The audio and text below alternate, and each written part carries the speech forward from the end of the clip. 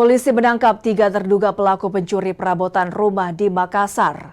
Pelaku mencuri hingga korbannya alami kerugian hingga 10 juta rupiah. Tim Resmo Polsek Makassar menangkap 3 terduga pelaku pencurian perabotan rumah tangga. Mereka masing-masing AL, IR, dan HF ditangkap di lokasi berbeda. Ketiga pelaku menggasak sejumlah perabotan rumah tangga, kemudian dijual. Hasil penjualan barang curian itu kemudian digunakan para pelaku untuk berfoya-foya.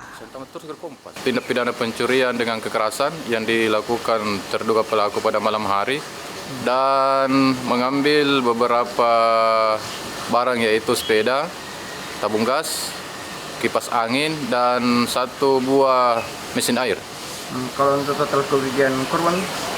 Dari hasil interogasi korban, total kerugian sekitar 10 juta rupiah. Rencananya hasil dari penjualan itu apa sudah dijual atau belum dijual itu dari korban? Dari pelaku?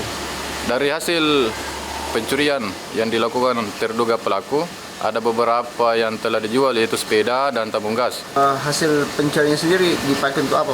Dari hasil keterangan ketiga terduga pelaku mengatakan bahwa hasil dari tindak pidana tersebut dilakukan untuk berpoya-poya. Kita